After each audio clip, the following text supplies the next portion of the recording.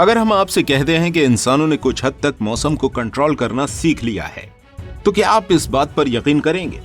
दोस्तों, एक ऐसी टेक्नोलॉजी जिसके जरिए हम पूरी दुनिया में जिस जगह चाहें उस जगह बारिश करवा सकते हैं। इस टेक्नोलॉजी का इस्तेमाल गुजरे कई सालों से कई सारे देश कर रहे हैं। चाइना और दुबई जैसे देश इस टेक्नोलॉजी के ऊपर मिलियंस ऑफ डॉलर्स का खर्चा कर चुके हैं, लेकिन इसी टेक्नोलॉजी के बदले दुबई एक ऐसे डिजास्टर में फंस चुका है जिसका कारण दुबई के ही लोग हैं। ये सब कुछ यहाँ हद से ज्यादा क्लाउड सीडिंग का इस्तेमाल किए जाने से हो रहा है।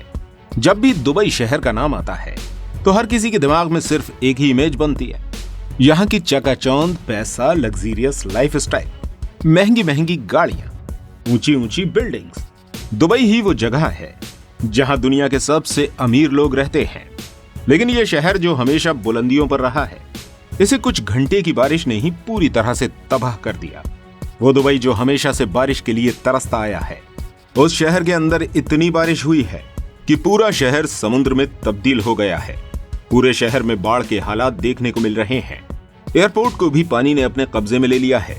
मेट्रो स्टेशन, मॉल, सड़कें, सभी कुछ पानी से लबालब भरे हुए हैं। और सिर्फ यही नहीं, बल्कि अबू धाबी के भी कई सारे हिस्से इस बारिश में डूब चुके हैं। सिर्फ 24 घंटे के अंदर ही यहाँ इतना पानी बरस चुका है जितना पानी 2 साल में भी नहीं बरसता। दोस्तों, इस वक्त दुबई एक बहुत बड़ी परेशानी से जूझ रहा है। दुबई ने पहले इतनी बारिश कभी नहीं देखी है। ये पूरा शहर पानी में डूब चुका है। सैकड़ों की संख्या में गाड़ियां सड़कों पर फंसी हुई हैं। वो शहर जहां हमेशा चमचमाती गाड़ियां इधर से उधर दौड़ती रहती हैं, वहां आज नाव को चलाया जा रहा है। सोचने वाली बात यह है कि वो शहर जो हमेशा से बारिश के लिए तरसता आया है, वहां अचानक इतनी खतरनाक बारिश किस तरह से हो गई? दोस्तों, यूएई में पूरे साल खतरनाक गर्मी देखने को मिलती है। यहाँ का टेम्परेचर कभी कभी तो 50 डिग्री सेल्सियस तक चला जाता है। यहाँ रहने वाली पानी की कमी से यहाँ की सरकार हर साल क्लाउड सीडिंग करवाती है, और इस बार दुबई नेचुरल डिजास्टर से भी इसी आर्टिफिशियल बारिश की वजह से जूझ रहा है। दोस्तों, दुबई के अंदर भी क्लाउड सीडिंग का इस्तेमाल काफी ज्यादा किया जाता है। दुबई इस टेक्नोलॉजी के जरिए अपने मन मुताबिक अपने शहर में बारिश करवाता रहता है। चलिए अब हम ये भी जान लेते हैं कि आखिर ये टेक्नोलॉजी किस तरह से काम करती है। इस टेक्नोलॉजी के जरिए एक तरह से जबरदस्ती बादलों से बारिश करवाई जाती है। यानी कि टेक्नोलॉजी के जरिए बादलों को फोर्स किया जाता है कि वो हमारी मनचाही जगह पर बारिश कर दें। वैसे तो हमारे आसमान में कई सारे बादल मौजूद होते हैं, लेकिन इन बादलों में वो बादल जिनके अंदर ज्यादा मात्रा में पानी मौजूद होता है, वो आराम से हमारी जमीन के ऊपर बरस सकते हैं। सबसे पहले तो उन्हें सिलेक्ट किया जाता है और फिर क्लाउड सीडिंग की प्रोसेस के लिए इसके मटेरियल को तैयार किया जाता है, और इसके मटेरियल में सिल्वर आयोडाइड या फिर ड्राई आइस को फ्रीजिंग प्रोसेस के जरिए सेट किया जाता है, और फिर इन्हें बादलों के ऊपर छिड़कने के लिए तैयार कर लिया जाता है।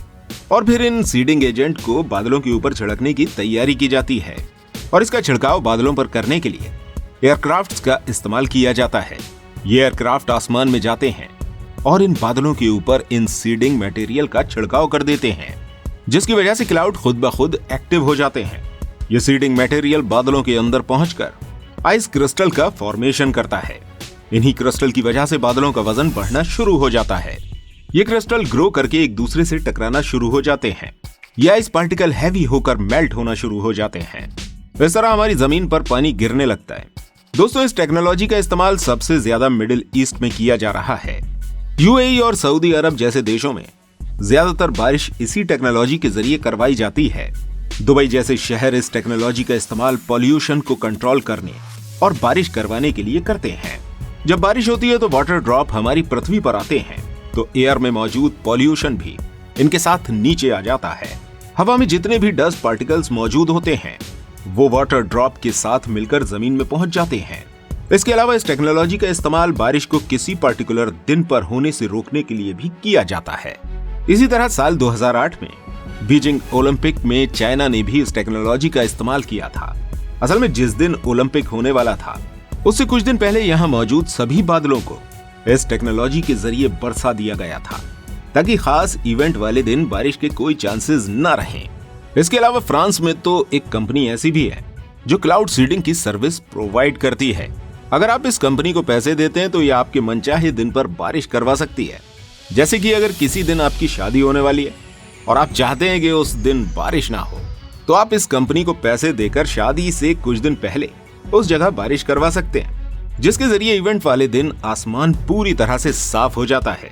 यानी कि दोस्तों, अगर हमारा आसमान साफ हो जाता है और उसमें बादल ही नहीं होते, तो बारिश होने का तो सवाल ही नहीं पैदा होगा।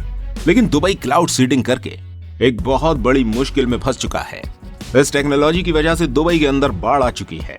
क्लाउड सीडिंग में जिन केमिकल्स का इस्तेमाल होता है, उनका असर हमें एनवायरनमेंट पर भी देखने को मिलता है और नेचर का पैटर्न बदलने लगता है। हम इंसानों की इन गलतियों की वजह से क्लाइमेट का पैटर्न दिन पर दिन चेंज हो रहा है। दोस्तों, इस बारिश की वजह से सिचुएशन इतनी ज्यादा खराब हो चुकी है कि इसका असर सिर्फ दुबई पर ही नहीं, बल्कि अबू धाबी और ओमान जैसे शहरों में भी देखने को मिल रहा है। और सिर्फ यही नहीं, बल्कि ओमान में तो इस बारिश की वजह से बच्चों से भरी हुई एक पूरी की पूरी स्कूल बस लापता हो चुकी है और साथ ही साथ यहाँ 18 लोगों की मौत भी हो गई है। इसके अलावा काफी सारे लोग इस बारिश की वजह से लापता हो चुके हैं। बताया जा रहा है कि इस बारिश की वजह से सबसे ज्यादा तबाही ओमान में आई है। अब दोस्तों, ये सभी रेगिस्तानी इलाके हैं और जब रेत में पानी बहता है तो सिचुएशन और भी ज्यादा खराब होती चली जाती है। जितना कटाव मिट्टी के ऊपर देखने को मिलता है, उससे भी कई गुना रेत के ऊपर होता है। वो रेगिस्तानी इलाका जहां पानी बिल्कुल नहीं था, वहां इतने सारे पानी के आ जाने से कैसी सिचुएशन हो सकती है। अगर हम बात करते हैं दुबई की, तो दुबई अपने इंफ्रास्ट्रक्चर के लिए पूरी दुनिया में जाना जाता है, लेकिन इस शहर में कभी बारिश होती ही नहीं है। इसलिए यहाँ ड्रेनिंग सिस्टम के ऊपर ज्यादा काम नहीं किया गया। यानी कि इतने सारे पानी को सड़क से निकालने के लिए दुबई के पास कोई इंतजाम है ही नहीं। दुबई का ड्रेनिंग सिस्टम पूरी तरह से फेल हो चुका है और इस वजह से शहर का हाल कुछ और ही देखने को मिल रहा है। यहाँ की सड़कों पर चलने वाली महंगी महंगी सुपर कार्स लावारिसों की तरह यहाँ वहाँ पड़ी हुई हैं। वैसे तो दुबई के पास बहुत सारा पैसा और बहुत ज्यादा वर्क फोर्स अवेलेबल है, लेकिन दुबई ने कभी भी ऐसे डिजास्टर के बारे में सोचा ही नहीं होगा और इसीलिए यहाँ ड्रेनिंग सिस्टम पर ज्यादा काम नहीं किया गया। दुबई का ड्रेनिंग सिस्टम इतना ज्यादा पावरफुल नहीं है कि वो इतने सारे पानी को हैंडल कर पाए। इस वजह से यहाँ पर पानी भर चुका है और इन सभी चीजों की वजह कुदरत से छेड़छाड़ है, जिसकी वजह से वेदर पैटर्न पूरी तरह से बदल जाता है। दोस्तों, वैसे तो ये बताया जाता है कि हर सैकड़ों सालों के बाद हमारी पृथ्वी पर क्लाइमेट चेंज खुद ब खुद होता रहता है, लेकिन अगर हम इंसान इसे अपनी मर्जी के मुताबिक चेंज करना चाहेंगे तो जाहिर है किसी न किसी परेशानी का सामना तो हमें करना ही पड़ेगा। दोस्तों, इस वीडियो को ज्यादा से ज्यादा शेयर जरूर कीजिएगा और ऐसी और इन्फॉर्मेटिव वीडियोस देखने के लिए हमारे चैनल को सब्सक्राइब जरूर कीजिएगा। और अगर आपको एक और नॉलेजेबल वीडियो देखनी हो तो स्क्रीन पर शो हो रही इस वीडियो पर क्लिक जरूर कीजिएगा।